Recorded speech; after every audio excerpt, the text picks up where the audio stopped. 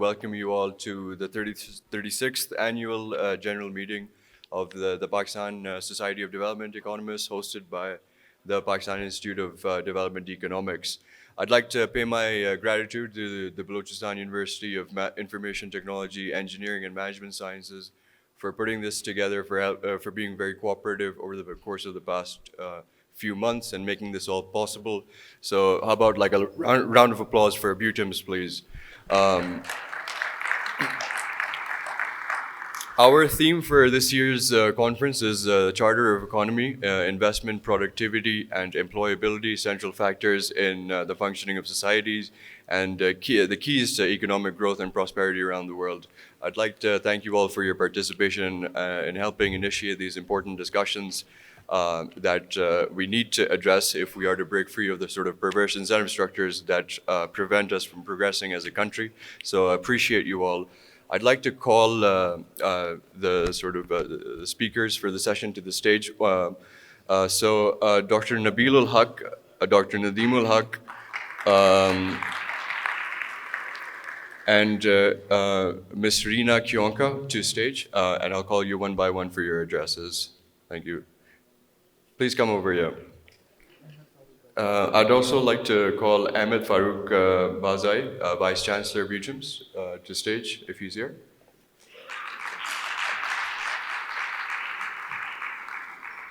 Okay, I'd like to call Seher Faz Khan for the recitation of the Holy Quran, please.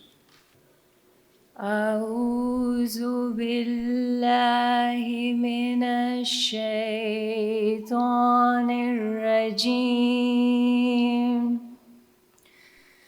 بسم الله الرحمن الرحيم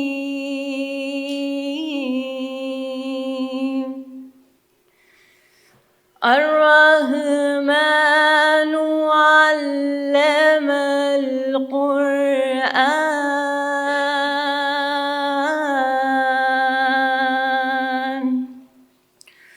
خلق الإنسان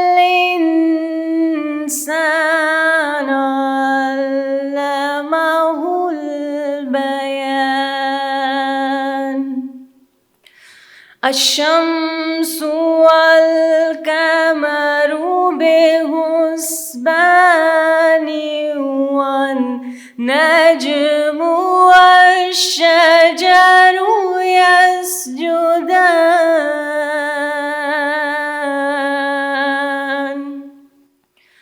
والسماء رفعها ووضع الميزان ألا تطغوا في الميزان وأقيموا الوزن بالقسط ولا تخسروا الميزان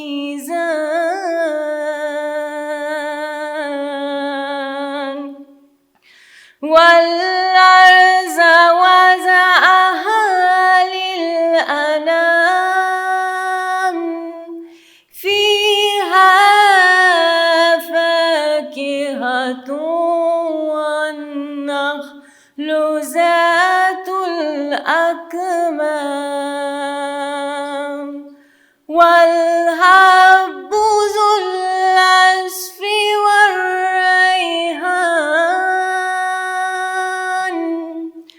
فبأي آلاء ربكما تكذبان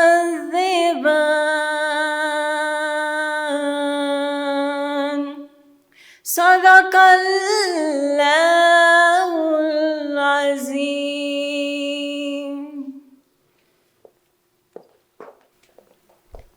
Thank you. Next, I'd like to call Dr. Nabeel Ul, Chairman of the Department of Economics at BUITEMS, for the welcome address.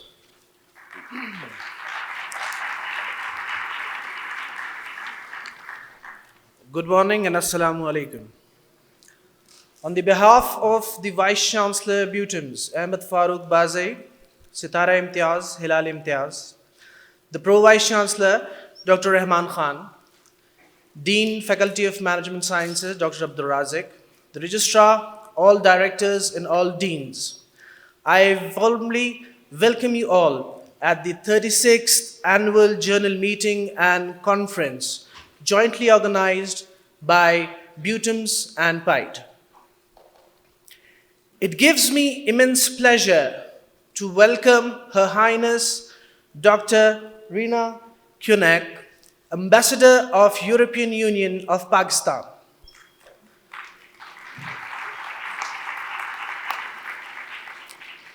I welcome all government dignitaries, representatives from all walks of life, and participants from all universities of Balochistan. I feel privileged to be addressing an audience of eminent researchers of our society. I am delighted to be part of this research fraternity. We, the academicians and students sitting in this hall, are a brilliant asset for this country. Universities are a vital source of knowledge creation, innovation, and learning. Universities are a warehouse of knowledge, which they pass on to the next generation. The role of universities in Pakistan is of utmost importance. Policy-oriented research, ideas, innovations by our universities and students can help identify and provide solutions. These solutions can be guiding light for the future generations. At BUITEMS, we believe that current challenges and forthcoming challenges can be resolved by extending the length and breadth of our research investigation. Hence, adopting multidisciplinary and interdisciplinary approaches. At BUITEMS, we believe that local research can provide local solutions of the existing problems. We believe in collaborating with government and research institutes. We believe in inclusiveness of all. BUITEMS as an institute is contributing in research and policy dialogue since its inception. We have organized 7 international conferences. We organized Quetta Literary Festival, in which we promote dialogue on the local issues. We engage people from all walks of life. We discuss issues like economy, management, culture, literature, and social norms. In coming 3 days, we hope that our joint effort could enlighten our thoughts and open our mind for dialogue and debate on the topics of productivity, investment, and employability. At last, BUITEMS is indebted to Vice Chancellor, Pakistan Institute of Development Economics, Dr. Nadeem Ul, for bringing this opportunity at our doorsteps. Thank you.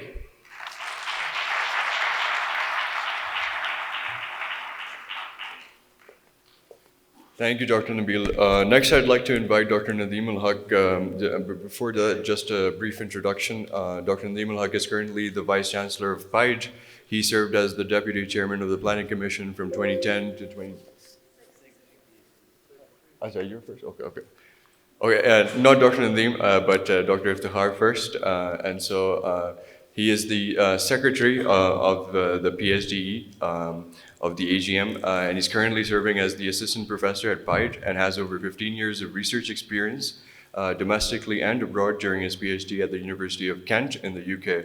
His research experience contains both funded and self-initiated research studies on various topics, including, but not limited to, resource distribution mechanisms in Pakistan, devolution and sustainable development, environmental fiscal reforms, environmental valuation, SEZs, and CPEC. He has published a number of research articles and research reports and has served as the head of PIDE's School of Public Policy and as Executive Director of the Center of Excellence for China-Pakistan Economic Corridor. And so, Dr. Iftikhar, please.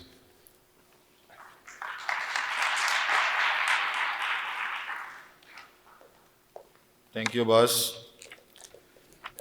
Honorable Chief Guest, Her Excellency Riina Kionka, Ambassador of the European Union to Pakistan, respected President PhD Dr. Nadeem Ul Haque, Vice Chancellor BUITEMS Dr. Ahmad Farooq Bazai, worthy Vice Chancellors, policymakers, officers, faculty, students, ladies and gentlemen. I welcome you all to the 36th Annual General Meeting of the Pakistan Society of Development Economists. PSDE is the most important prestigious professional association of economists dating back to 1982, and we have been conducting annual conferences for the last 36 years, this being the 36th one, where we touch upon the most pressing economic and social issues of Pakistan. This year, as you all know, we are facing many challenges, especially political polarization and uncertainty, which are damaging the country like never before. The situation today asks us to ponder upon and agree on the broader agenda to pull Pakistan out of the grave challenges. Therefore, the theme of this conference is chosen to be none other than Charter of Economy, which we believe is to begin with an agreement on the long-term agenda for investment, productivity, and employability. Pakistan has the lowest investment to GDP ratio in the region, with the gross domestic saving hovering around 46% annually, with no regular inflow of FDI. This indeed indicates serious imbalances to our economy to function and produce enough opportunities for 22 million people, where 64% of our population is under age of 30. So therefore, this conference provides a forum to debate and develop indigenous ideas to address the issues causing such worrying state of affairs. Pakistan Society of Development Economists has the tradition to engage eminent scholars from within Pakistan and abroad to generate debate on key development issues, and I am happy to report that this year we have a Nobel laureate, Professor Michael Spence, and two professors, Professor David Autor and Professor Nathan Lane, David Autor from MIT and Nathan Lane from Oxford, to touch upon the main themes of the conference. Similarly, we have business leaders and practitioners to deliver special invited lectures and be part of panel discussions during the 3 days preceding of the conference. Moreover, to have the input of the young researchers, we have 22 technical papers by academics from around Pakistan and overseas to touch upon different aspects of the conference. In addition, PSDE is committed to bring innovation and inclusivity through this forum. We have introduced debates, thanks to Dr. Nayab, which we believe would take the deliberation beyond the panel to the audience, either participating physically here or online. Similarly, this is the second consecutive year that we have taken PhD conference out of Islamabad to academic institutions. It is the part of an effort to aid local context to our policy debates. I must express our profound gratitude to BUITEMS for hosting us here this year and extending cooperation in order to make this 3 days conference happen successfully. We are also thankful to the University of Balochistan for hosting a panel at their venue. I must add here that this conference is also unique in a sense that it is not just a collaboration between two universities either. In fact, we have the presence of students and faculty from the 7 different universities of Balochistan and 2 sub-campuses of BUITEMS. These include Sardar Bahadur Khan Women University, University of Gwadar, Lasbela University of Agriculture, Water and Marine Sciences, University of Rolle, University of Turbat, and Job and Muslim Bagh campuses of BUITEMS. So we can call it Conference of Balochistan.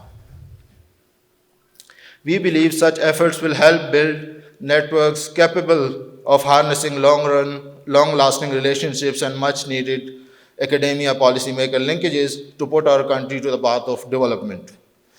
It is my pleasure to report that we have 6 invited lectures, 6 panel discussions, 2 special sessions, 2 debates, 6 parallel technical sessions, and an open mic session to discuss the main themes of the conference. In the interest of time, I'm not going to discuss the panel's titles or the speakers. You have the program copy and you can have a look at that there to know what we have tried to bring. With this loaded introduction, we anticipate productive discussion on key policy issues to reach sustainable solutions for our economic issues. It is a tradition of PSDE to finance students to come to PSDE conferences each year. Despite deep financial constraints owing to extended lodging and boarding expenses, we have kept this tradition alive. And we have students from all over Balochistan and presenters across Pakistan to come and speak at the conference. To sum up, the gathering we are having today would not have been possible without the support of the sponsors who remained our collaborators in successfully organizing this conference. PSDE extends its sincere gratitude to all our sponsors for their support. The 36th PSDE conference is sponsored by the World Bank Group, Research for Social Transformation and Advancement, RASTA, All Pakistan Textile Mills Association, APTMA, Center of Excellence for CPAC, Frederick Abbott Stiftung, FES, Pakistan Office, Angro Corporation, National Bank of Pakistan, National Poverty Graduation Program, International Fund for Agriculture Development, IFAD, the International Labour Organization, ILO, Pakistan, Pakistan Poverty Alleviation Fund, the Bank of Punjab, Pakistan Microfinance Investment Company Limited, Nafiz Polypack Limited, Saudi Park Industrial and Agriculture Investment Company Limited. And to conclude, last but not the least, we are thankful to Pakistan Institute of Development Economics, PIDE, for providing us space and manpower to organize this conference. We are confident that witnessing this gathering and the debate to be generated here would convince our sponsors to continue their support as we have put their money to the best use. Wish you a warm, memorable, and welcoming learning experience. Thank you.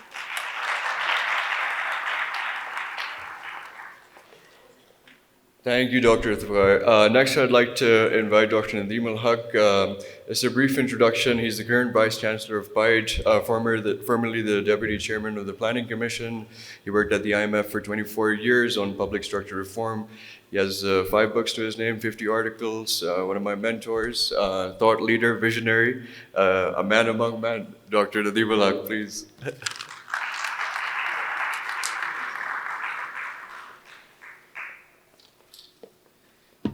Thank you, Abbas. Excellency, Ambassador of the EU. Thank you very much for joining us here and being the chief guest at this gathering.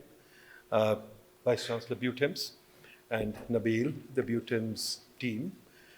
Thank you very much for supporting us in coming to Quetta. We thought it was a wonderful idea to visit Balochistan and do this in Balochistan. And all the Baloch universities. We've got University of Balochistan cooperating with us. We've got many universities, 5 or 6 universities of Balochistan cooperating with us. And we are very happy to be here. As Iftikhar told you, Pakistan Society for Development Economics is a 36-year-old attempt to grow public policy professional association, to grow a network of public policy sort of collaboration. And I must report, he is currently being in charge of the association, we have not succeeded in creating that network. We are still trying. And I hope that we will someday get to that position. This conference happens annually, and in this conference we've been holding it annually in Islamabad. Only once in 2005-06 we went to Lahore. Last year we went to Peshawar. This year we'll come to Quetta. Our intent is to revolve it around Pakistan because this is not Islamabad Association for Development Economics. We want to make sure that we go everywhere in Pakistan. Our job is to create a debate. Our job is to make universities think. Right now, you people are marginalized from the policy table. Right now, universities are just teaching institutions. They do not contribute at all to the policy debate in the country. Sadly, PID has done a book on this, and you'll see references to it when I go through what I have. I'll try and be as brief as I can. Right now, we do not do any network policy development. In fact, universities are not even doing any research. And that's a sad comment on our society, and we should be very careful.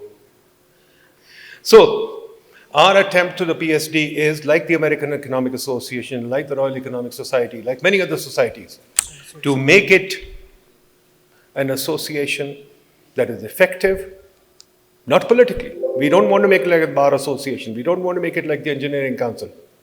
We want to make it an effective research body, collaboration of ideas and thought, and that's what we'll try and do. Now, as you can see, we are living in a very, very difficult time. Like it or not, we are living in a hugely difficult time. The economic crisis is upon us, and it's a bad crisis. There's so many analysts sitting here. Ishrat Hussain is sitting here. Harun Sharif, Soon Shahid Kardar, Salman Shah, many people are joining us. Our own faculties of BUITEMS, faculties of University of Balochistan, faculty of Las Bela. We all know that there is a deep economic crisis at the moment. In fact, lots of analysts are calling it a defaulted state. The finance minister was there the other day arguing it isn't. I'm not saying it is defaulted or not. I'm not saying that at all. I'm just giving you the background. We're in a bad state. We are in IMF program after IMF program. And yet, our universities are silent on this. Yet, our society is silent on this. And I think we should take note of that. When I see it on TV, I see all kinds of people talking about economics, but not any of the university professors. So this is something that we all need to think about. So here we are on the 36th AGM in the middle of a crisis, but at the same time, we are a hyper-politicized society. Everything is politics. Nobody cares about the default. Nobody cares about where the economy is tail spinning. In fact, we've patched together an economy with all kinds of controls, and we think we've solved the problem. Does anybody care about the economy or the 150 million youth? So that's what we're going to talk about in this conference. And the whole idea is, how do we bring you people into the game? Okay, so what we've done is we are trying to create, in Pakistan we create policy by external drivers. It's the donors or various people who drive the research agenda. But we're always looking for aid. We are not. Even today, as I was coming in, I noticed $200 million further loan from the World Bank to tackle Lahore pollution. So that's our policy. And we are always in the IMF program, right? I'll keep putting up these things. You'll see PID research up there. I won't talk about it, but we do a lot of work on this, and we hope that some of you will lead it. All of it is outside, I hope. And if it isn't, do tell us. Please take away whatever you like. We are a public sector think tank. We don't necessarily try and make money off our publications, although it would be good if you give us some money. So here it is. Our history with the IMF. 23 IMF programs. 75 divided by 23 is 5 years. Each program lasts a year or more. We have been in an IMF program from day one, and we have never got out of it. Those who say we got out of it are mistaken, because the IMF comes and goes every 2, 3, 4 years. And if you can notice these figures there, the blue line and the green line, almost every program we have not completed. When you see the green line is above the blue line, blue line is above the green line, it shows the program is not completed. So much is left. A crude indicator, but effective. So we've always been short in our performance. That is the testimony to our economic policy. So anybody who comes on TV and says, oh, this government did this government did this government did that, just show them this chart. For 75 years, there has been no success in this country. And that's a huge statement to make, but I'm making it, and I want you to look at it. IMF program comes and goes, nobody talks about it, academia is silent. This year, PID put out a commentary on the IMF program. We even had a debate on it on Zoom. Unfortunately, university attendance, I'll tell you, was low. That's why I said PIDE-PSDE is not succeeding. We are not coming together, we are not collaborating, we are not talking. All of us have been to Western universities. We've seen the debates that take place every day there, every day. I keep telling people that my supervisor, Nobel Prize winner, Gary Becker, sat in a seminar every day till his dying day, Tuesday, till his dying day, he sat and listened. He didn't talk, he sat and listened. This is a culture change that we have to hear. In our conferences, people come to talk, not to listen. So that's a huge thing. Then the second thing is, universities don't talk about the growth agenda of Pakistan. PIDE has developed a growth agenda. Again, hopefully you'll get it outside. The growth agenda is very important to the country, and I think the universities should own both these things, both the IMF program and the growth agenda. IMF program comes and goes, and universities are silent. No students are doing their theses on this, and I really worry about that. Why are we not a part of the debate? Okay, so here is some facts about Pakistan, very simple facts. This is a signature chart, PID shows it every time. Our growth rate is volatile. That chart shows you growth rate over the last, I think, 50 years or something. Our growth rate is very volatile, long-term growth is falling, declining. This should be a big wake-up call to everybody in the country, but nobody wants to talk about it. Secondly, if you go down, you'll see we have the lowest investment rate in Asia. It's always been low. Not that it happened yesterday or tomorrow. Not that it happened in this government or that government. It's been traditionally low. So this TV discussion that this government did better than that government should stop. It's a collective failure of every government, not one government or the other. This chart is enough.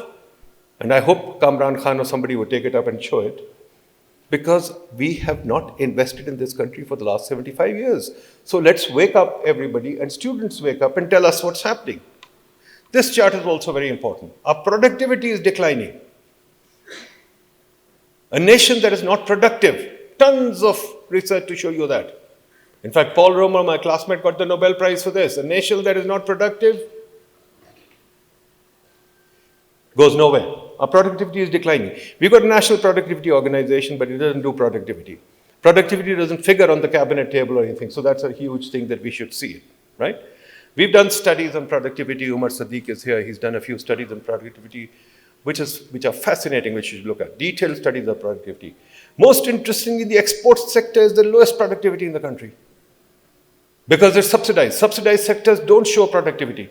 We show that very clearly. Manufacturing doesn't show the productivity, services do. We've shown all this very clearly. National Productive Office, Cabinet Division, everybody, nobody is interested in that. So that's a very important subject that we should focus on and discuss. These are Umar's studies. I won't go into those. Now, the stock market. Or should I say the non-existent stock market?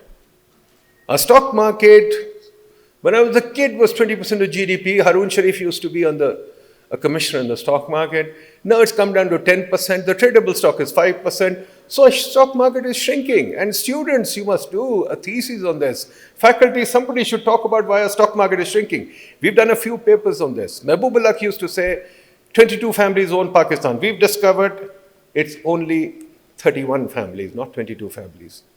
So we've gone from 22 to 31 in 50 years. That's a huge statement. We've seen that the board of governors of the PSX 100 is basically Sindh Club membership. No more. It's cronyism at its height, and nobody talks about it. Hey, that doesn't figure. It's which government did this and which government did that. I mean, it doesn't matter which government did it, because the structural reform remains undone. I know my friend Miftah Ismail, who couldn't make it here today, talks about the 1%. But who is the 1%? Let's identify it. The 1% is very clear. Sitting in Sindh Club, sitting in Islamabad Club, and various. We are going to bring this lady over who's done a thesis on this, called Big Capital, Big Ideas, I forget now. She's a South African woman who came here and did a thesis on Pakistani policy making. And she's going to come in, I think, March and talk to us. We do a lot of webinars, and we do a lot of webinars deliberately. We do them with all kinds of people, Pakistanis as well as foreigners. And I hope that you people will listen in, because that's what we need to do to make the Pakistan Society for Development Economics, to make us work together. So we got, look at our indicators. We've got very poor productivity, yet, and I emphasize this and I'll keep emphasizing it again and again, little research and universities are out of the debate. So we are teaching students economics, and when I interview them, I can't hire them. Why are we teaching kids economics when they don't know economics? So they learn an indifference curve model, but they know nothing about the real world. They know nothing about productivity, employment, etc., etc. And that's why we are urging you to talk to the PSD and think about how we do things. So what are we doing here? This is how can research work? We have built universities, 260 universities, and we did a paper on this, no professors. Per university, we've calculated there are 3 or 4 professors. We looked at Harvard, Yale, etc. There are 500, 600 full professors. We're not talking about adjunct faculty and those tuition centers. Full professors, all these universities have 3,000, 4,000 full professors. Here we don't have full professors, but we build more and more universities. People are already building too. Research, we did a book on research. There is hardly any research. Sorry, forget it. There's no demand for research in the country. There's no demand. Nobody demands research, so why should we do any research? We might as well sit on our haunches and say, hey, guys, pay us a salary and we won't do any research. And that's where we are at the moment. So I'm sorry to say this, but that's a fact. Our view is we need ideas in this country, ideas for change. And we can go through back and forth. I've written a book on this. Ideas lead to change. We can keep blaming the politicians, we can keep blaming all the institutions, the establishment, this, that, etc. But we are short of ideas. It's our fault, nobody else's fault. When the Reformation happened, or the Renaissance happened, there were ideas. It didn't happen without ideas. So if we are short of ideas, I'm sorry, this space is going to be filled up by whoever is there, because nature can't stand a vacuum. So here, we heard about the Charter of Economy. Everybody told me, what kind of a title is this? We heard about the Charter of Economy and we said, hey, why shouldn't the universities make the Charter of Economy? Why should we leave it to the politicians? Of course, they will eventually endorse it. Of course, but they're not the fountain of ideas. The fountain of ideas is the university. So you guys should be putting up ideas, and then the politicians, etc., can pick it up and bless it or not bless it or whatever, right? I mean, decision making is obviously not your job, but idea development is your job, and you should be doing it. So that's why we thought, hey, let's do this at this conference. And what is our Charter of Economy? Our Charter of Economy has to focus on employment, investment, and productivity. Those are the 3 goals of the economy that we must focus on. Now, of course, people will say, talk about the current account, talk about the reserves, and full disclosure, I come from the IMF. So, of course, my training is to look at reserves, current account, etc., etc. Look, that is a byproduct of the domestic economy. We can always crunch the current account like we are doing now to behave itself, but it has long-term consequences. We've done that many times. We've written a paper on this, 5 currency crises in the country. This country has 5 currency crises, which we've analyzed very carefully. Each of the crises, we took the wrong policy. It didn't need to happen. It happened because we crunched the economy wrongly, and then, of course, eventually you pay with the exchange rate. That's simple first-year macroeconomics. But ultimately, if there's no productivity, you will have your current account crisis again and again. So that's where we are trying to go. So what do we do about the Charter of the Economy? Well, of course, politics enters. People tell me you can't separate politics from economics. Agreed. But then we have to talk about the politics. It's not that we are trying to get into the civil-military debate, or we are trying to get into all this nonsense that people say. But we do know there is a subject called constitutional economics. Buchanan got the Nobel Prize for it. There are so many other people who wrote about it. Haque wrote a book called The Constitution of Liberty. We can talk about constitutional economics, and we must. The Constitution is the framework in which people work. So yes, nobody's saying change the Constitution or whatever, but hey, there are ways economists have studied all the way from Condorcet to now, voting systems we can talk about. There's a number of things that we can talk about, and we've got a whole paper, we'll give it to you, that Guys, there must be a negotiated settlement. But that negotiated settlement is not about who's going to rule, like the Charter of Democracy. It's about what is the framework of governance. And it's not about changing the constitution, it's about how to tweak the election system, how to tweak the way the government plays its role, how to tweak the way decision-making is working. And we've got endless things that we can talk about. And most important of all, that people talk about. I know all of you want it, but let's talk about it and let's bring it up on the table. Why not local government? That's where it should begin. Our policy everywhere must change. Most important of all, I used to be in the Planning Commission. We've written a book on the Planning Commission. Guys, the Planning Commission is broken. Either kill it, I was telling Ishrat yesterday, either kill it or fix it. But put it on the table, talk about it. The PSTP is now 9 trillion and throw forward. It'll take 20 years on the current PSTP money to finish it. So damn it, that just doesn't work. And we think that this is another idea that we have. We think we don't need to work. Everything must be done by the foreigner. Hey, EU give us some aid, ECP give us some aid. Hey, what's our responsibility? So as Shahid Karda is going to be here just now, we keep joking all the time. We will play golf while everybody else comes and fixes the country. Is that what we want to do? So yeah, we should think about it, right? Okay. So the question is, how can universities come in? Our research framework is there, growth framework, and we'll talk to you about it. Our feeling is, first of all, we must put research into policy. Right now, policy happens on a whim. Or, forgive me, Ambassador, but some donor's suggestion. And there are 100 donors, we've done a study on that. They keep coming up with different suggestions. The government is almost always confused. When I was in the Planning Commission, I used to entertain donors like 8 hours a day, and I had 1 hour to do something else. So, we have to be clear. Where is our universities? What is our agenda? Can we discuss an agenda, or is the agenda always shifting and moving on whims? And I think that we have to do. So, we don't have a plan anymore. Not that I'm from Chicago, so I hate plans. But, okay, growth policy. Hey, what do you want? A medium-term budget. Even the IMF says there's a medium-term. Even the US has a 10-year medium-term budget. Some countries, I think Finland is going to a 50-year medium-term budget or something.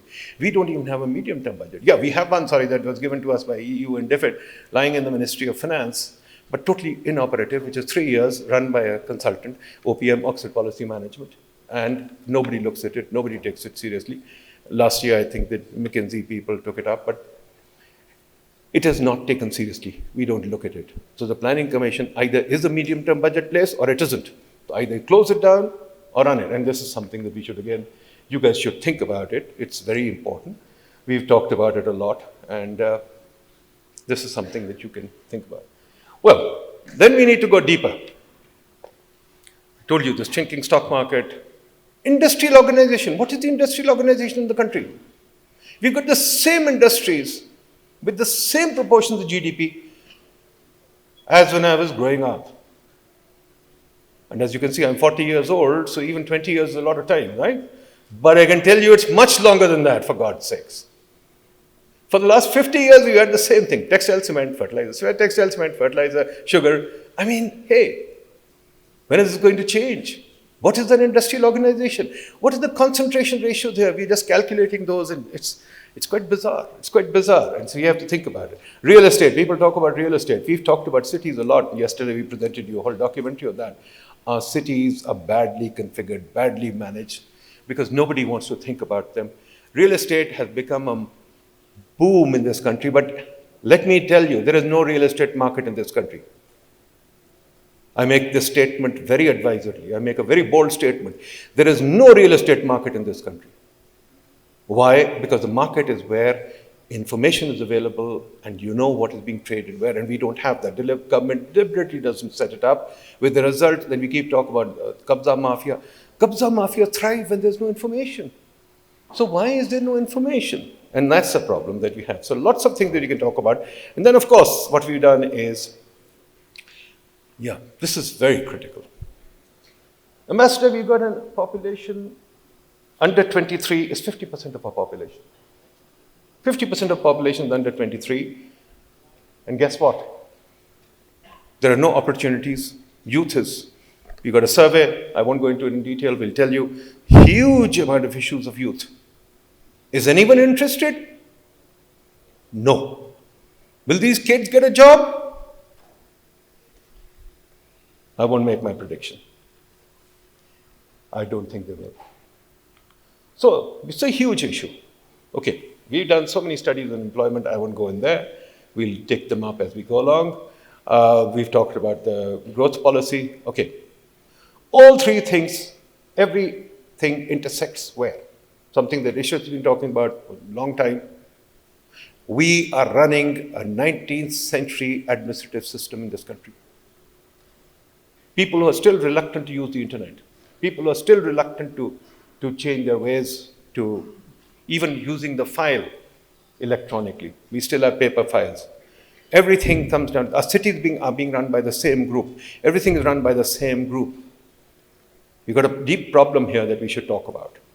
So, our Charter of Economy, very briefly, my time is coming to an end, I'll say, we have to think about making a coherent policy. We have to think about Charter of Economy. Very briefly, I'll show you the things that I have on this. So first, we have to fix our politics. We'll go into that during the conference. On the economy side, we'll think about the civil service and all kinds of reform that needs to be done. We have to talk about that. On the, again, administration, we have to talk about the civil service reform, about how policy is made, who does the research, who does the thinking, who does the M&E. We have to get granular, we have to get nitty-gritty. We don't just simply say, hey, we've got a report, now just implement it. The standard refrain in Pakistan is, you've got a report, implement it. And I don't think things work that way. This is the biggest problem that we've got. Sludge. We've done a study on regulation. This country is being stifled under the yoke of regulation. NOCs. I wake up every day and I spend 3 hours doing trivial details. Like everyone will call me, give me a copy of your ID card. So I have to deliver a copy of my ID card. They've got my thumbprint, but they want to take it every time. I have to give my thumbprint every 2 days. When technology comes in, it works against us. I have to give my thumbprint every 2 days. When you want to set up, for example, you want to make a building of flats, it takes you 4 years of permissions. So we've calculated all those. There's a book, Sludge Audit, and we calculated that 40% of GDP, only in a few activities, is lost due to the administrative burden of the country. All we have to do is get rid of the NOC, but nobody can get rid of the NOC. NOC is where there are other things too, but we can talk about that. It's okay. So we go into one thing that we don't like to do. Decentralization we hate. Autonomization we hate. Professionalization we hate. You can't make a professional appointment in this country. You make a professional appointment, God, they're up in arms. How can you make a professional appointment? This appointment has to go to the civil service. Even nitty-gritty little things, and we can't change it. Issues is right, everybody's right, can't do it. So there are no professionals anywhere in the government. The whole energy system is stifled, dying because there are no professional appointments. At best, we have a bunch of bankers in Sindh Club who we appoint. That's all, who are all our friends. That doesn't matter. Then we've got a Charter of Economy. Nobody evaluates government agencies. We've done the first evaluation. We've done about 5 evaluations. Guys, why can't we evaluate government agencies? We call up government agencies, we want to evaluate you. They're so shocked. We get rude letters saying, don't you dare.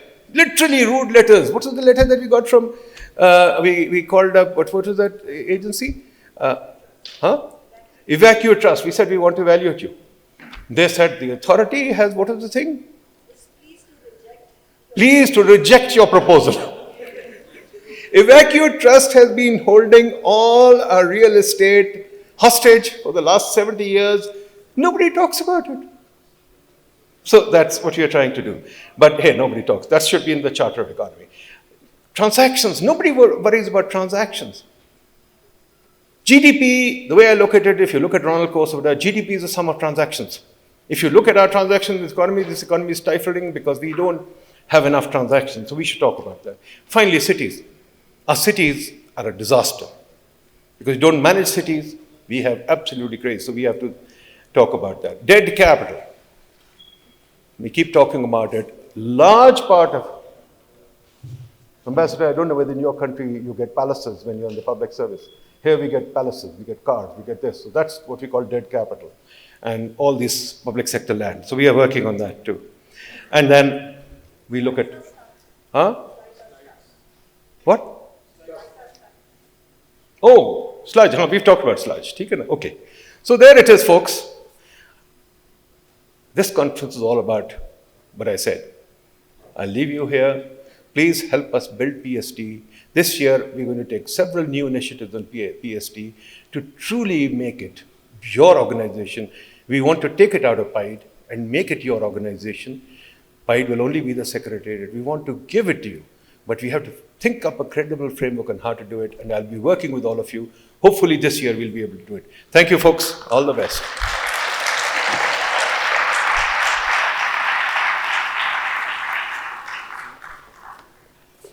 Thank you, Dr. Nadeem. Our chief guest for the inaugural session is the Chief Minister, who is not here yet, Abdul Quddus Bizenja Sahab.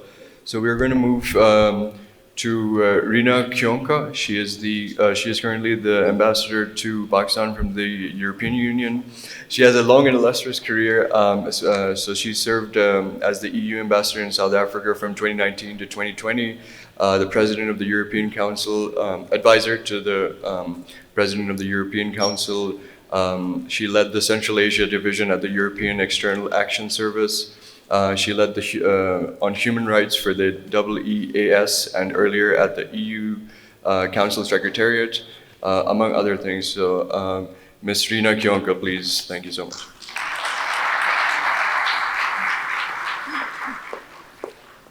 Good morning. I don't know about you, but I feel pretty fired up after the professor's talk. So that call for ideas, call for action, and notably to the students here in the audience. So it's an honor to be here today. It's my first time in Quetta. It's my first time in Balochistan since I arrived in Pakistan at the end of June. And I couldn't think of a better occasion than this conference. That is coming at a very difficult time for Pakistan. The world is continuing to cope not only with the consequences of COVID-19, but also with high energy prices, inflation, the cost of climate change, the flood disaster, of course, as an expression of that in Pakistan. And all of these developments are threatening a lot of gains that we have collectively made toward poverty reduction, toward inclusion and economic growth.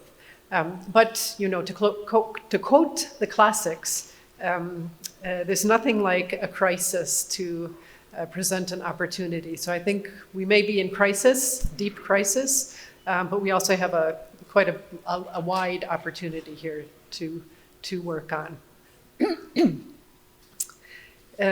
Pakistan and the European Union are celebrating this year 60 years of relations, and our relations cover the waterfront, really. We talk about political issues, we work on economic issues, specifically on trade, but other aspects as well. We talk about migration, we talk about climate change, a lot about climate change, especially lately. And we also focus on development cooperation. So all of those things make up what we call a partnership of strategic nature, and we have a plan. Of course, always there's a plan, and one must fulfill the plan and implement the plan, and that's where sometimes we run into some difficulty. So on our development cooperation side of things, we have a 7-year budget in the European Union that's called, for Pakistan, it's called a multi-annual indicative program. And this period, we're focusing on 3 priorities. First of all, on green and inclusive growth, with a focus on private sector development, meaning that we want to contribute to a dream, but for us it's not just a dream, it's already becoming a reality, of a CO2 emission-free circular economy. The second priority is human capital, addressing the skills gap and upskilling, so as to get people into the job market. And the third is strengthening governance, the rule of law, and human rights, which includes also implementation of 27 international conventions that I will come back to in a moment when I talk about GSP+, which is one of our favorite acronyms. We also support Pakistan in the floods, in the emergency relief effort that came about after the catastrophe started to happen here. Together with our member states in an effort that we call Team Europe. I mean, you might have seen on social media, hashtag Team Europe, hashtag Team Europe. What does that mean?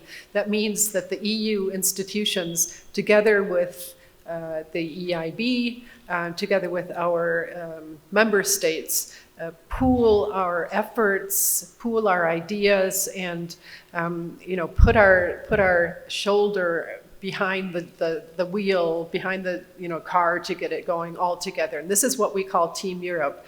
So when we think about the floods and the immediate humanitarian assistance, then Team Europe together has not pledged, but put into action 138 million euros for Pakistan to alleviate the immediate problems in Sindh, also here in Balochistan.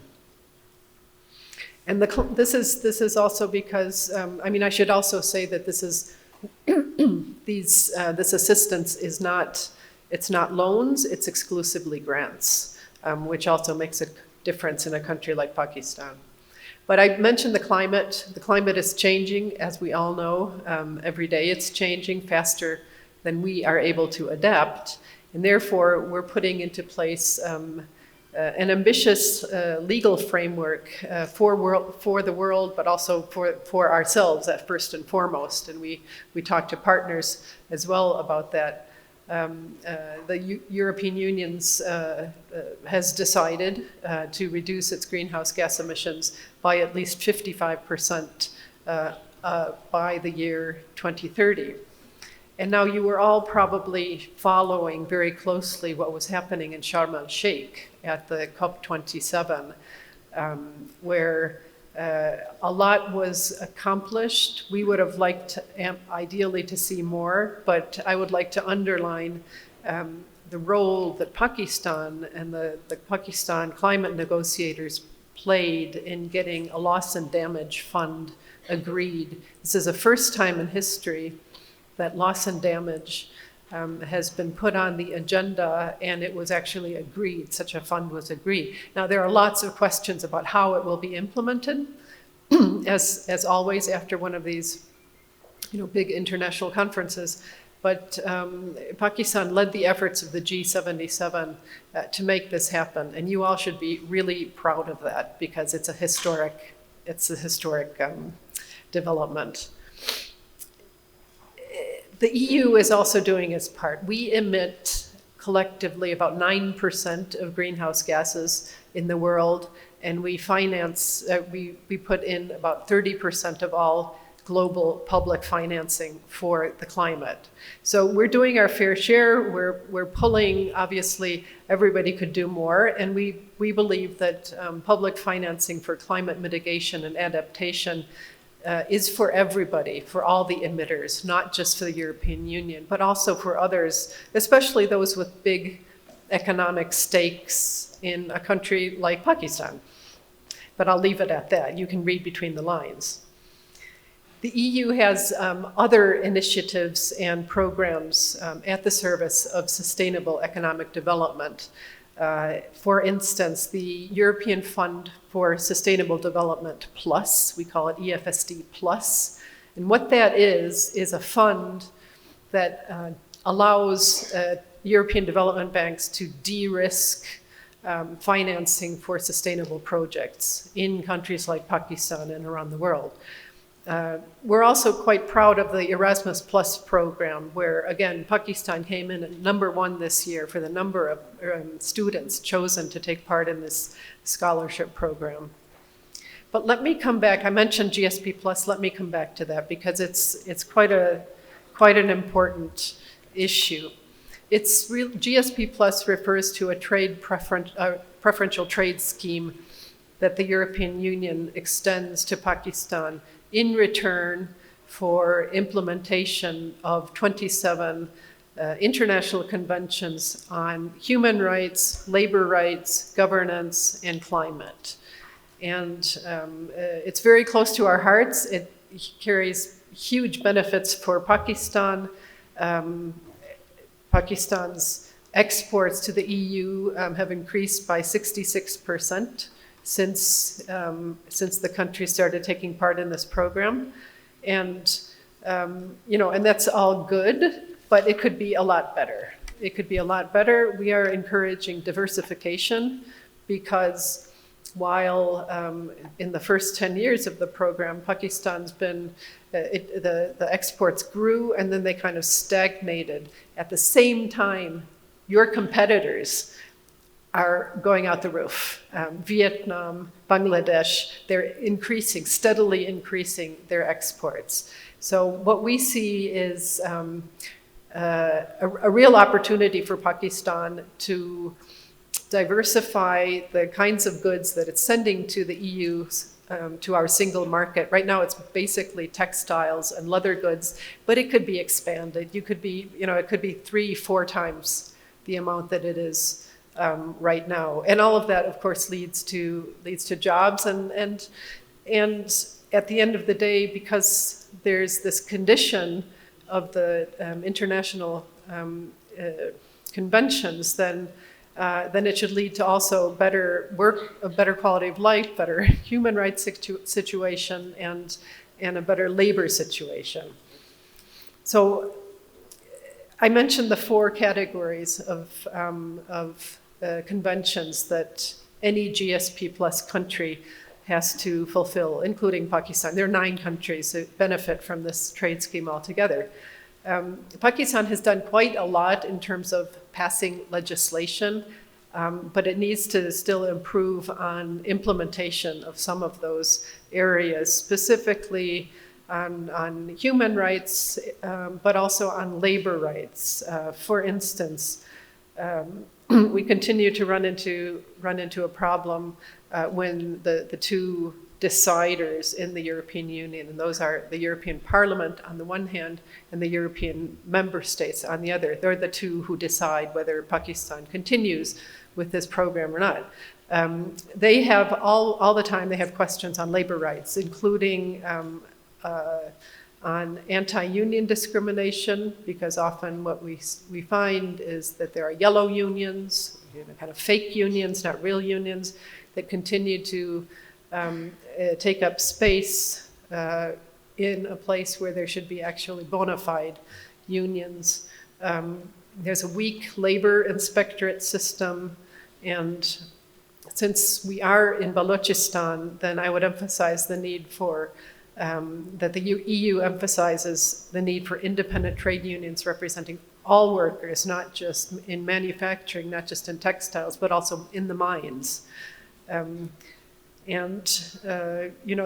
fundamental ILO labor core conventions on freedom of association and collective bargaining can only function if the employers are negotiating with independent trade unions and not with the unions that they have created themselves.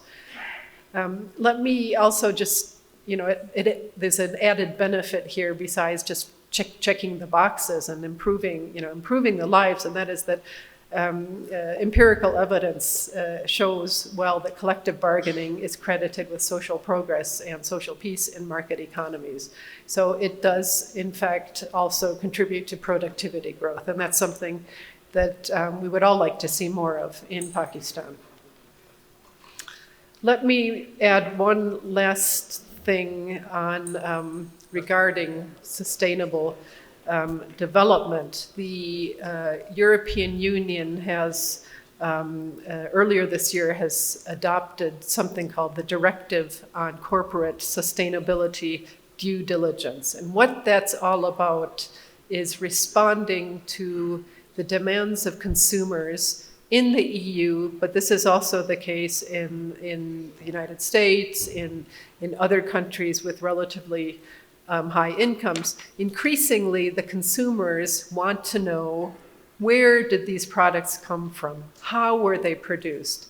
Were they produced under fair labor conditions? Are the people making the, whatever it is, the t-shirt, the football, are they getting paid a just fee? Are they covered by medical, insurance, that sort of thing? Is it manufactured in a way that no child labor was involved? Is it manufactured in a way that does not contribute to polluting the environment? These are the kinds of questions that increasingly our consumers are paying a lot of attention to, and therefore the companies that are producing these goods need to be able to show, they need to be able to demonstrate that when you buy something off a shelf, it's okay, it's been produced in a way that's fair, it's fair trade.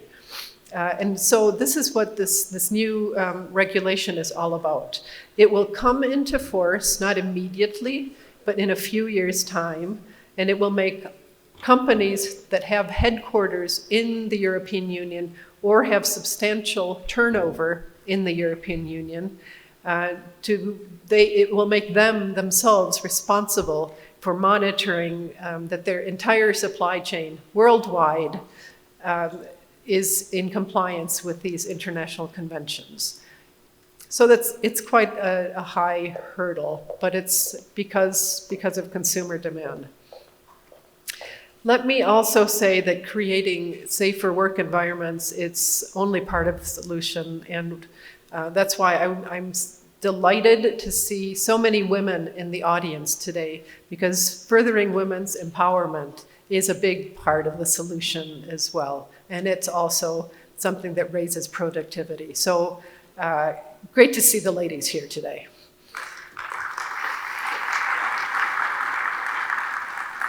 And GSP Plus, let me plug it again, is another good, a good way to, it's a good lever to use to move toward more women empowerment. We're currently working on the fourth and final report for this first 10 years of the GSP Plus, and are looking toward the second iteration. Pakistan will have to reapply for the second iteration of GSP Plus, as will all countries benefiting from those trade priorities. And so it's a critical time right now for trade with the EU, because one program is ending, the others will begin, and Pakistan needs to put really its best foot forward to convince our parliamentarians in the European Parliament, as well as our decision makers in the EU capitals, that it should be part of the program, because it's so important economically for Pakistan. I will stop there. I've plugged GSP Plus enough and the relationship with the EU, and I wish you a really exciting conference. I can tell it's going to be a great conference. So with the strong support of civil society and business and the government, I feel quite confident that you can make it happen. Thank you very much.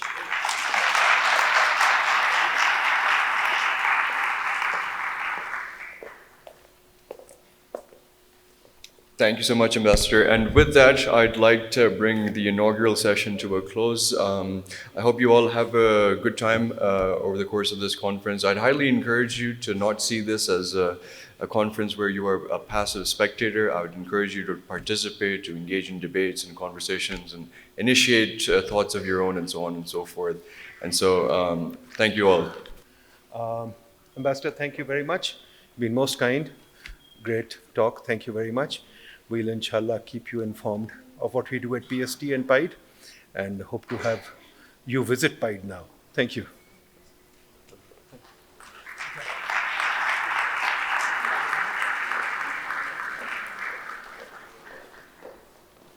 We have come to the second section of the conference, and in this section we have just the governor joined us. Thank you so much for joining us. And in this session, it is chaired by Ms. Florence Rolle, who is the FAO representative in Pakistan, and the speaker is Ms. Mariam Mohsen. She is the assistant professor at PIDE, and her areas of research are gender and management and critical management studies. Her doctoral research focuses on the interplay of gender, society, and organizations. In her current research, she studies the social construction of gender norms around women employment within both micro-level and macro-level social arrangements. So, without any further delay, I would welcome Ms. Mariam to please join in. Okay, right, thank you. Hello, ladies and gentlemen. Before I begin, I'd like to invite Dr. Nadeem Ul Haque on stage for a formal welcome to His Excellency, the Governor of Balochistan.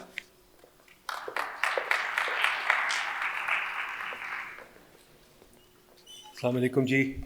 Let me say it is an honor to have the Governor of Balochistan with us. Governor साहब, हम बलूचिस्तान आए इस वजह से हैं कि हम बलूचिस्तान और पाकिस्तान का जो कनेक्शन है, ख़ास तौर पे रिसर्च वाइज, यूनिवर्सिटी वाइज, हम उसको स्ट्रेंथन करें. And that we should make sure that whatever research work we do should be heavily focused on Balochistan too. तो हम Pakistan institute of development economics जो पाकिस्तान का अव्वल थिंक टैंक है, उसमें हम काफ़ी सारा बलूचिस्तान पे काम कर रहे हैं. तो उस पर भी हम आपको ब्रीफ करेंगे कि हम बलूचिस्तान पे इस वक्त कुछ 7-8 स्टडीज़ कर रहे हैं. वो हम खुद नहीं कर रहे हैं, हम आपकी यूनिवर्सिटी के साथ मिलकर कर रहे हैं. तो we doing a lot of work in Balochistan primarily because हम बाकी पाकिस्तान पे भी करते हैं, तो हम कहते हैं हमें बलूचिस्तान पे भी काम करना चाहिए. ब्यूटेम्स के साथ बाज़ाई साहब आप आए ना यहाँ, वहाँ क्यों बैठे हो? Please join us please.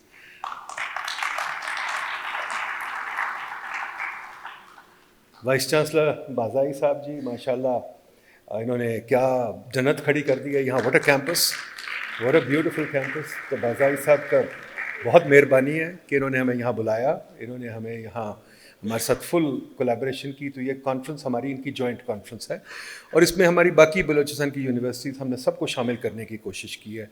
तो इसके साथ thank you very much sir. तो हम आपको देते हैं कि हम पाइड क्या कर रहे हैं, फिर आपसे करेंगे. ठीक है जी Maryam. Good morning, ladies and gentlemen.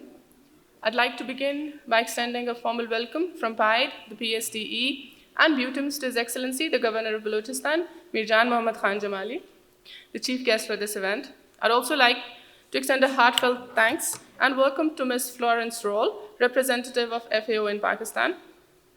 I'm honored and excited to present the highlights of recent research by PIDE on the themes of this conference: investment, productivity, and employability. Before I begin, I'd like to briefly introduce PIDE to you. PIDE is Pakistan's research think tank, premier research think tank since 1957. PIDE is ranked #1 research institution in Pakistan and among the top 10 in Asia by RepEc. PIDE is currently leading public policy discourse. It also offers degree programs in economics, economics and finance, econometrics, public policy, management sciences, and development studies. Over the past year, 2020 and 2021, PIDE produced 46 working papers, 84 newsletters and bulletins, blogs on COVID-19. PIDE took a special interest in the COVID-19 pandemic and produced over 138 PIDE blogs, 130 newspaper articles, 390 research videos, webinars, and policy viewpoints. Recently, PIDE's research has extended economic development and growth and has been focusing on interrelated areas such as urban management, technology, climate change, institutional reforms, social protection, the power sector, government, market, youth, etc. The theme of this conference, the Charter of Economy, the role of research and academia. PIDE insists and focuses on the role of research, fraternity, and academia in playing their part in building Pakistan's Charter of Economy, because the economic decisions are not just political decisions, they're not matters of political interest, but matters of research interest and matters of academic interest as well. Hence, PIDE has decided to engage the academic fraternity by collaborating with universities and by trying to build a network of universities. This AGM and conference at BUITEMS is one of such efforts. The theme of this conference is three of the key issues related to the Charter of Economy, namely investment, and we'll discuss the reasons for low investment, and both local and foreign, productivity, what we mean by it, why productivity in Pakistan is low, which sectors in particular are very low on productivity, and employability. This research focuses on, but is not limited to, how we define employment, how we measure employment, how we measure unemployment, the rates and figures and statistics of employment in Pakistan across various demographic profiles, etc. So we'll go one by one. I'll first focus on PIDE's research on investment. Before we begin, this graph shows Pakistan's GDP growth rate from 1951 to 2019. If you pay a close attention, across all political eras, the GDP growth rate has shown a declining rate. Particularly, every time Pakistan has been part of or involved in any regional conflict, the GDP growth rate has nosedived. The key issues are debt and the IMF, the slow rate of return from PSDP projects, the need for private investment, and the need for deregulation, which will result in growth. Currently, as PIDE insists, Pakistan is a permission economy. This graph shows the number of times Pakistan, since its inception, has gone to the IMF 22 times. And this graph shows the number of times the IMF program was cancelled because Pakistan could not match the terms. This is 1972 to 73, 1980 to 81, and I think every single time after the 1980s other than 2001 and 2013 to 16. So recently, PIDE published a detailed document named the PIDE Reform Agenda for Accelerated and Sustained Growth. This document states that Pakistan has a poor investment climate. It is a permission economy. There are almost 122 regulatory bodies. Regulations, NOCs, permissions, they cost more than 39% of Pakistan's GDP in 3 sectors alone. The document is a detailed policy note. However, from among those, I have picked key action points. We can increase the fiscal space for credit to the private sector, which can result in growth through, if we cut bank holding rate to 60%, 2 trillion rupees would go to the private sector. Similarly, if we reduce currency deposit ratio from 40% to 33%, the private sector will get an additional 1.5 trillion rupees. PIDE has dug deeper on issues related to investment. These are highlights of some of those research papers. Sludge, the cost of regulation. The Sludge series is PIDE's work on the cost of regulation. I have included citations of these research. You can also see screenshots of these research papers beneath this slide. The Sludge series talks about how the excessive regulation in the economy curbs investment. There's research on fiscal decentralization and growth. There's research on political instability and bureaucratic control. These are all working papers. There's research showing the control of specific corporate groups and their control on the stock market. This shows that even if investment were to grow, a large part of it is controlled by very specific groups within the stock market. Other than that, Pakistan's investment infrastructure is confined to a few limited sectors. This is very recent research coming out of PIDE. This is work in progress. I've added a screenshot and I'll discuss it in the coming slides. And then there's research on land and investment and the role of housing societies, etc. This is a screenshot of the Karachi Stock Exchange from January to November 2022. Now, this is a very stochastic graph. There is no pattern per se, and it shows a declining trend, particularly after May and July, and this is when the political instability hit. So you can see every time there is political instability in the country, the stock market declines. This shows sector-wise investment of business groups in Pakistan. If you pay close attention, I doubt if it's visible, but I'll say it out loud. Real estate and hospitality, the chunk of investment is almost 11.03%. 10.3 goes to textile, and similar amounts of investment go into power and energy, financial services, automobile parts, manufacturing, etc. Information and technology, these are industries which have resulted in accelerated growth of neighboring economies. Pakistan's investment share into information technology is just 4%. Other than that, Pakistan's consumption expenditure, C plus G, shows an increasing trend in the last 3 fiscal years. Pakistan has a highest consumption to GDP ratio, leaving very little amount for investment. It is the highest not only in the region, but in the world. And this graph shows a comparative analysis of other regional countries and Pakistan's consumption expenditure to GDP ratio. Similarly, the investment to GDP ratio shows a completely different picture. Pakistan's investment to GDP ratio is 15%, which is, again, lowest in the world, and private investment is about 10% only. The graph, the one below, if only I could maximize it for you, shows that Pakistan's investment to GDP ratio is the lowest. The orange line is Pakistan, the blue one is Bangladesh, and the pink one is Sri Lanka, the purple one is India.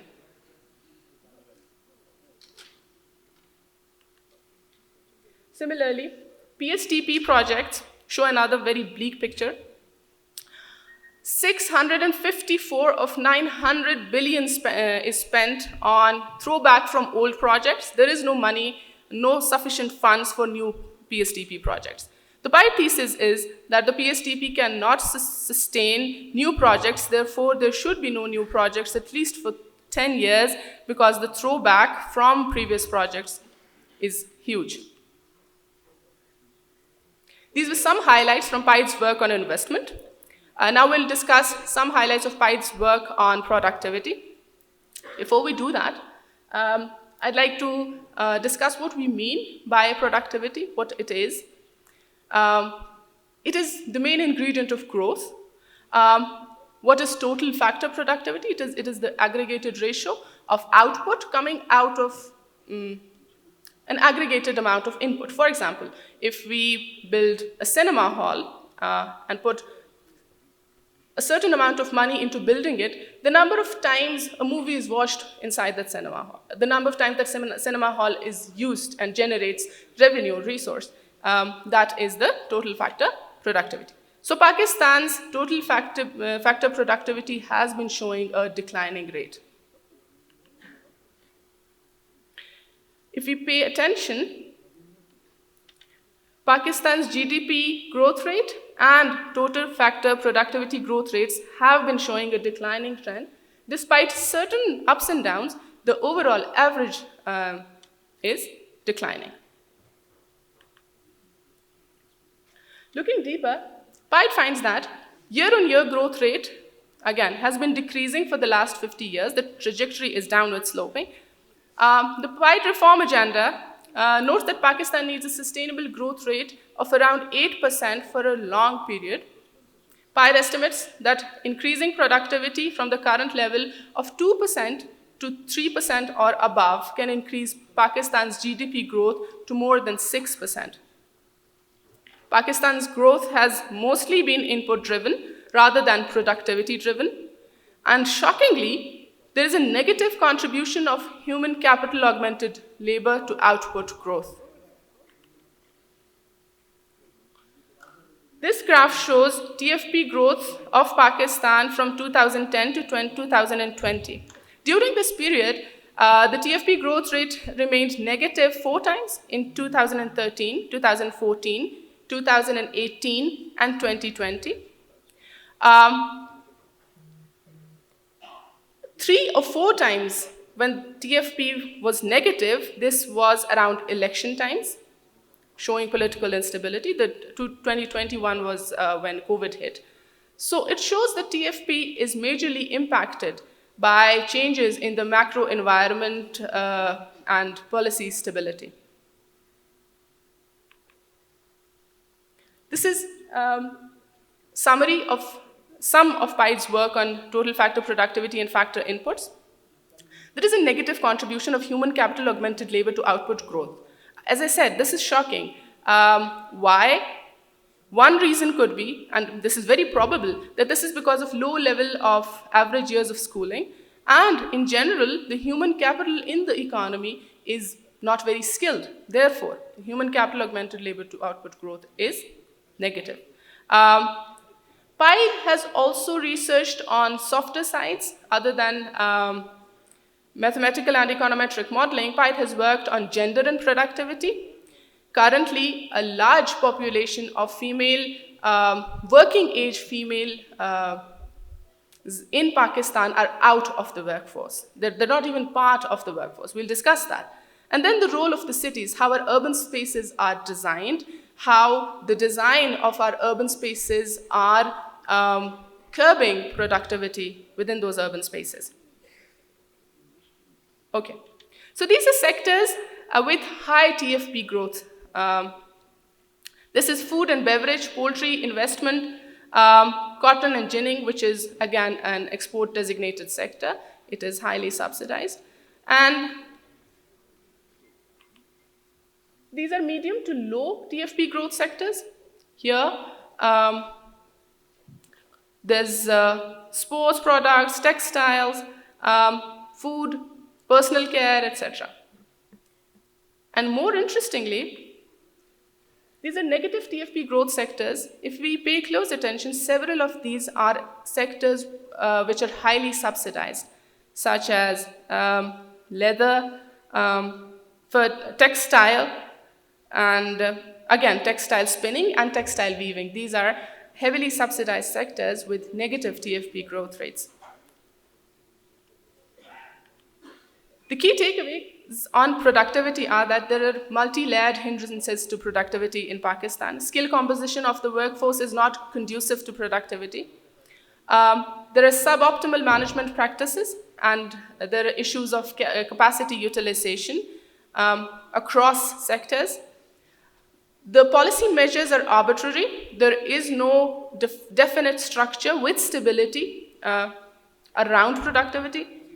There are issues of technology adoption, and there's serious dearth of innovation. Moving to PIDE's work on employability. First of all, we'll define what we mean by unemployment and underemployment, suboptimal employment, and good jobs. Unemployment, as currently measured by policy circles in Pakistan, comes out of the data from the labor force survey. The question that is asked of the people while collecting data is whether or not they were employed in the week before the time this data is being collected. Now, this method of calculating unemployment ignores whether or not these people were employed throughout the year, right? So this can seriously tell the actual level of unemployment in the country. And there's underemployment. Underemployment is if a person, for example, has the capacity to work an extra number of hours, but they're not being offered that number of hours to work, or the quality of work, for example. And a lot of graduates from university, this room is full of graduates, they find jobs which are not particularly using the skills that they get out of university, right? So that is underemployment. And then there's suboptimal employment. So PIDE has, in its opportunities to excel report, worked on optimal and suboptimal employment. Optimal employment comes from ILO's definition of decent work, which says decent work sums up the aspirations of people in their working lives. It involves opportunities for work that is productive, and delivers a fair income, security in the workplace and social protection for all, better prospects for personal development and social integration, freedom for people to express their concerns, organize and participate in decisions that affect their lives, and the quality of opportunity and treatment for all women and men. Anything below this is not optimal. This is highlights of some of PIDE's recent research on employability. Statistics show that official unemployment figure of 6.29% as per the current labor force survey masks several aspects of unemployment. 55% of working age population is not part of the workforce. Female labor force participation rates are among lowest in the world. Graduate unemployment is alarmingly high at 43%, and it is 66.8% for doctoral graduates. The percentage of unpaid labor in several sectors is shockingly high. These figures show unemployment rates, the total unemployment rate, female unemployment, male unemployment, rural and urban. The total unemployment rate is 6.29. Again, I told you, the method through which this is collected can seriously undertell. Female unemployment rate is 8.93. Male unemployment rate is 5.48. Unemployment in the rural areas is 5.79, whereas it's 7.34 in the urban areas. This is the proportion of working age population in the labor force. 68% of males, working age males, are in the workforce. 32% of working age male population is out of the workforce. For females, this figure is 79%. PIDE digs deeper into these reasons. Some of them might include sources of alternate income, particularly for females, and discouragement and lack of hope for male workers. These are unemployment rates for youth aged 15 to 29%. Now, if you pay attention, this is people with degrees, right? So 43.5% of people with youth with degrees are unemployed, 66.3% women, and for men, the percentage is 19.1. Now, if you pay attention, the skilled labor unemployment rate is lower in urban spaces. This is what PIDE has been asserting, that cities are engines of growth and cities provide opportunities for people with skills.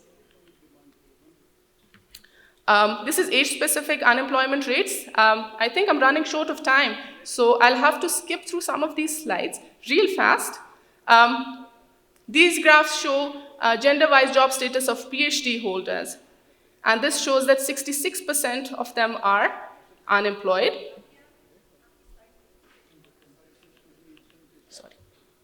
66.8% of them are unemployed. 4% are underemployed, 9% are working in the private sector, 7.4% are working overseas, and 12.5% of them are employed through the HEC program. And this shows doctorate specialization and the status of PhD graduates. The unemployment rate is highest for PhDs in the agricultural sector.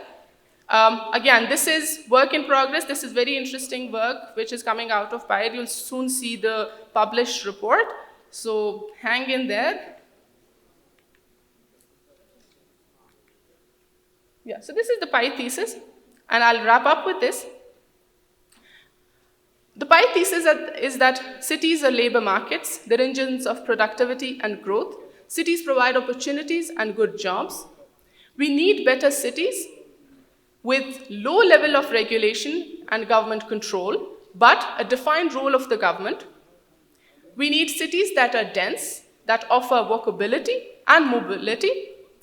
And within these cities, there is a very definitive and important imperative role of human capital coming out of universities. And that is why it is important for us here at this forum to discuss the role of cities, the importance of cities in generating employment and employability. And with that, I'll end.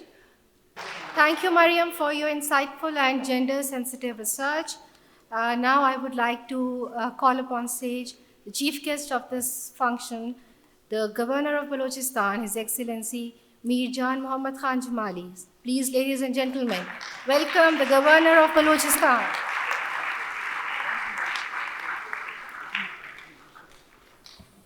बिस्मिल्लाहिर्रहमानिर्रहीम। मैं थोड़े उर्दू में बात कर जाऊंगा। मजाक करते हैं हम लोग कि हम इंग्लिश में पैदल हैं। I'm feeling little ticklish seeing some distinguished faces sitting before me. I'm getting the feeling that I'm in Islamabad. You know, I'm getting the feeling that I'm in Islamabad. Thank you very much for all the guests for coming down to Quetta. Whatever we can do, I think you are looking after them. Bazai sahab, he's looking after you. I hope they are having their sessions with a lot of meat eating, because the meat is always the good meat is available in Quetta, if you would try it, but in limits. Don't fall sick. The feeling of Islamabad is there. Thank you for coming.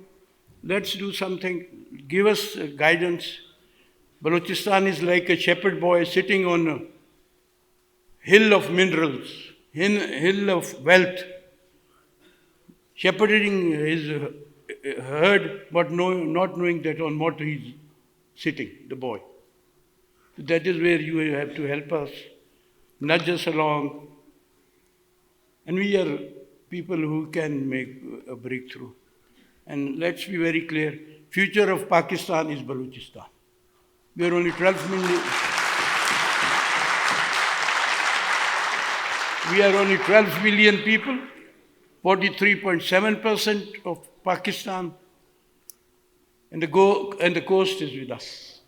Now this is what we have to avail, this next generation has to avail. And they are going to do it. We are improving a lot.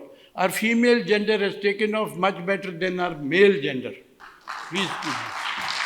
Now this is the plus point, and they're like my daughters, they are more responsible. We, boys, we are very impish. Bismillahirrahmanirrahim. Vice Chancellor BUITEMS, President Pakistan Society of Development Economics, representatives of Pakistan Institute of Development Economics, distinguished guests from abroad, policymakers and social scientists. Ladies and gentlemen, Assalamu alaikum. It is an honor for me to be the chief guest of the 36th annual conference, which is held in provincial capital Quetta. I congratulate all organizers and participants on holding the 36th annual conference of Pakistan Society of Development Economics from 22nd to 24th of November at Balochistan University of Information Technology, Engineering and Management Sciences, Quetta. Indeed, a destination full of opportunities and untapped potential yet unrealized. I am sure this conference will facilitate and ensure inclusivity of the relevant stakeholders of Balochistan development. This year, the main theme of the conference is Charter of Economy, Investment, Productivity, and Employability. And I am also informed that the conference features invited lectures by a Nobel laureate. Michael Spencer. Eminent international scholars, panel discussions for involving relevant stakeholders, and parallel technical sessions, which are going to be attended by international and national economists, government policy makers, and social scientists. All this reflects the hard work team and their mentors have put in and I congratulate them. It is irony of fate. Pakistan has a very low investment GDP ratio in the region.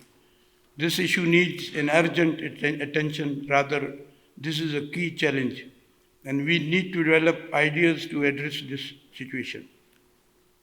With the recent devastation floods have brought on Pakistan, especially the Sindh and Balochistan province, we need to contribute and promote enactment of a pro-poor and climate-resilient economic growth model. This should also be broad-based and help in poverty reduction through evidence-based research. We all know that investment depends upon enabling environment, policies and endowments, available skills set and labor productivity. Investments facilitate productivity by developing skills, resultantly raises return to work and thus supplements demand for labor. Investment brings technology and creates an ecosystem to produce, imitate and innovate. Thus, promote competitiveness, which in turn raises and rewards productivity. Now the question is that we do have to the required institutions to deliver this. After the 18th Amendment focuses on the provinces, but do they possess the institutions and capabilities? This is a question mark, please guide us. After 18th Amendment, provinces have become very powerful. We don't know what to do with that power. I expect from this 36th annual conference that it would answer many such burning questions. In the 3 days to come, I see experts, thinkers, international speakers will be trying to dig deep into the issues which our economy and particularly Balochistan face and provide us with the roadmap, which can be the blueprint, the charter of the economy. The way forward which we politicians, bureaucracy and other organs of the state can adopt for the needed nudge. This nudge would hopefully bring in change required to move Pakistan onto the path to prosperity and development. I have kept my fingers crossed for all conference participants and organizers, and hopefully you will have a memorable stay at Quetta. Thank you all. Pakistan Zindabad. Thank you very much.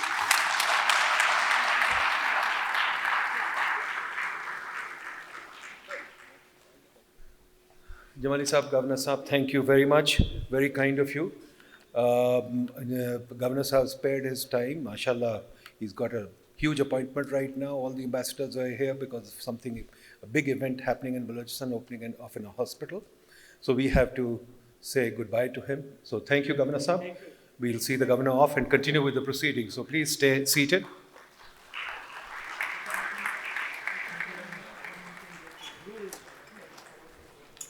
Okay, now for this session, I would like to call upon the honorable guest, Ms. Florence Rolle, to please come and share her ideas. Please welcome Ms. Florence Rolle.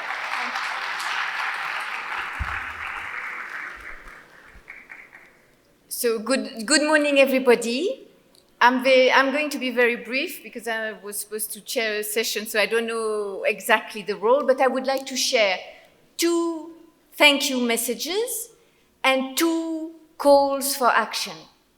So my 2 thank you messages are, first of all, to have chosen Balochistan, and you've heard the governor said it very nicely by saying it has an Islamabad flavor here today.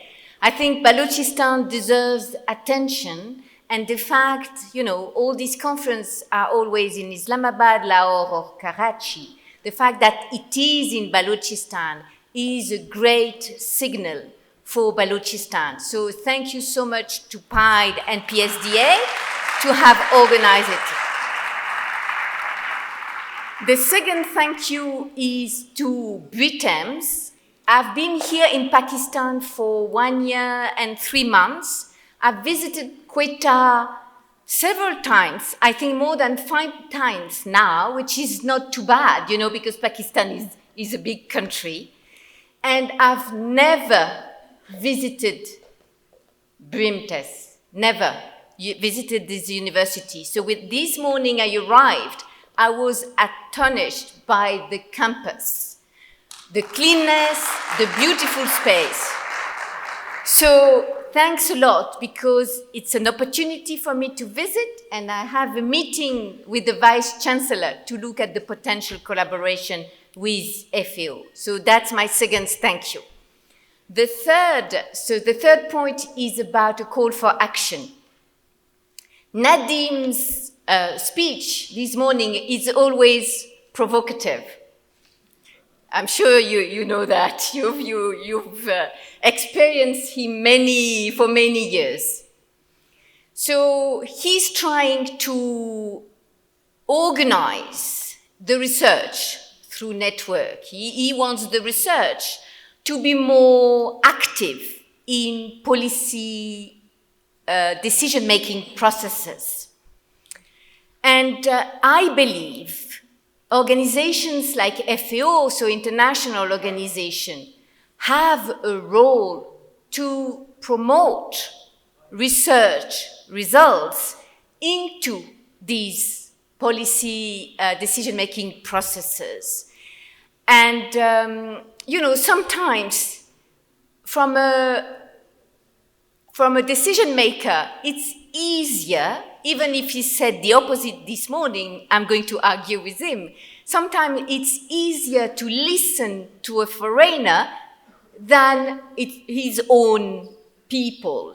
And so we can be, as international, the convener of course, national ideas and the results of your own research works.